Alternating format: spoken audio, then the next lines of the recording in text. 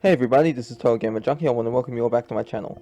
So in this, sorry about that. So in this video, I want to go over what happened to Arcadia Bay after the storm in the game universe, okay? Because we know from Arc 1, Dust, that Sean Prescott was doing his best to try and rebuild Arcadia Bay, and had the Nathan Prescott Foundation, whatever it was called, but merely it's like he was trying to save face, just restore his legacy, because Arcadia Bay is owned by the Prescotts, and after it got destroyed, of course he'd want to rebuild it. He'd want to make money, get that back, because he really doesn't. From what little we see of him and know of him, he doesn't really care about anything else other than his legacy, his image.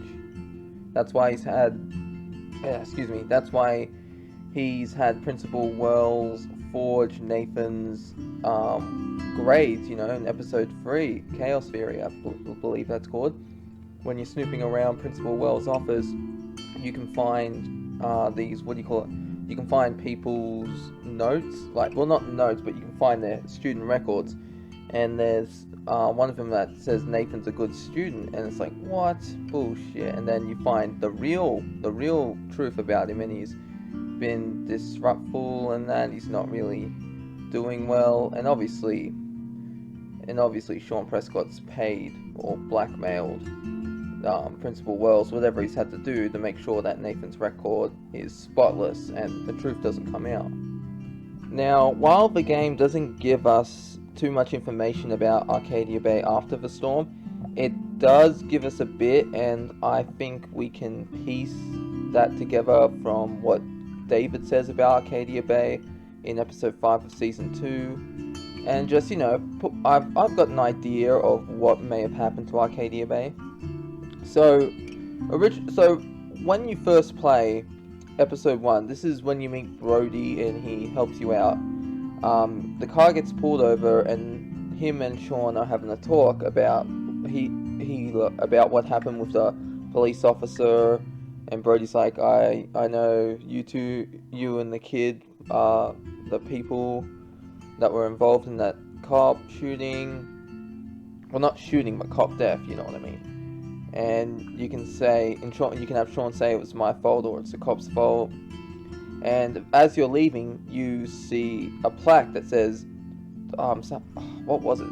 Something along the lines of, to those who were lost in the storm of Arcadia Bay, we won't forget you. And you can see out at Arcadia Bay, and it looks pretty destroyed. It doesn't look like there's been any real work done. It's just still the same as it is. Now in episode 5, when we end up meeting David, he mentions how at the end of Life is Strange 1, Chloe and Max drove away from Arcadia Bay and never came back.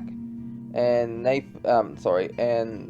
David helped stay a while, and he was just, and he was trying to help people rebuild Arcadia Bay, but in the end, he ended up leaving too.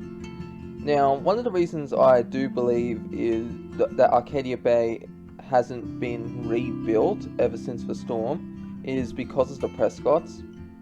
Because since Victoria is alive in the dark room, as I've mentioned before, she was one of the survivors, along with David, Jefferson, and those 2 cops that helped David arrest Jefferson. So I assume that when Jefferson's in jail, the police would have searched the dark room once the rubble was clear. They would have found out about Nathan and everything, because Rachel died in the dark room because Nathan wanted to impress Jefferson. He wanted to show him that he could do what he could, but he ended up overdosing Rachel. And since the dark room has cameras, I assume that when police are looking through the footage, they would have seen that, and I assume that maybe word would get out, and this would cause like a big slander on the Prescott name, and all these people, they wouldn't want to help Sean Prescott, they wouldn't want to help rebuild Arcadia Bay, because Arcadia Bay has been owned for centuries. I'm not sure how many, but I'm pretty sure it's over 100 years. has been owned for over 100 years by the Prescott family. And after discovering like what Nathan Prescott did, I don't think people would want to help his father, Sean Prescott, rebuild Arcadia Bay and you know, be under his thumb again, because one of the people, the fisherman, he mentions that he used to fish at this place, but Sean Prescott shut down the foundry, or he bought it up.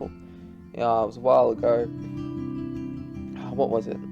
Yeah, I think he bought the fishing place, and he started building a factory or something like that, and ended up telling people, no, you can't fish here anymore. This is Prescott property now. And if you remember, in Before the Storm, one of the students, Drew, I think his name was, because Drew, because Drew, remember, there's like the older brother, there's Drew, and then there's who's the football player, and then there's the other one who has glasses, and he excuse me again, and he's the one that plays the Dungeons and Dragons game. You can play it with him and Stephanie. So I'm pretty sure it was Drew.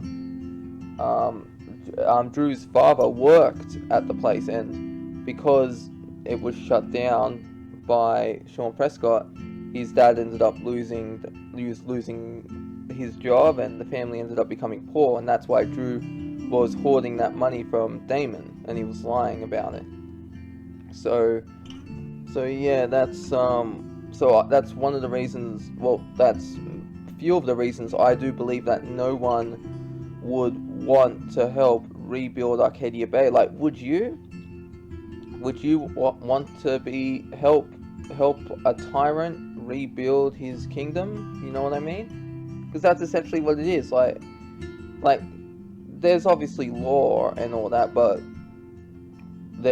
you know, the Prescotts, as Nathan said, the Prescotts own the cops and that, and I don't think anyone, after realizing this information about Nathan Prescott, I don't think anyone would want to be a part of Arcadia Bay anymore. They wouldn't want to live under the thumb of Sean Prescott, so they would all leave.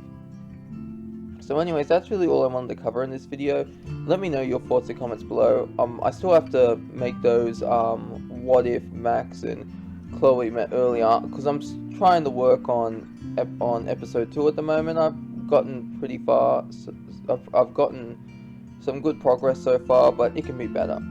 So anyways, that's really all I wanted to talk about. I hope you all enjoyed this video, and I'll see you in the next one. This is TotalGamerJunkie, signing off.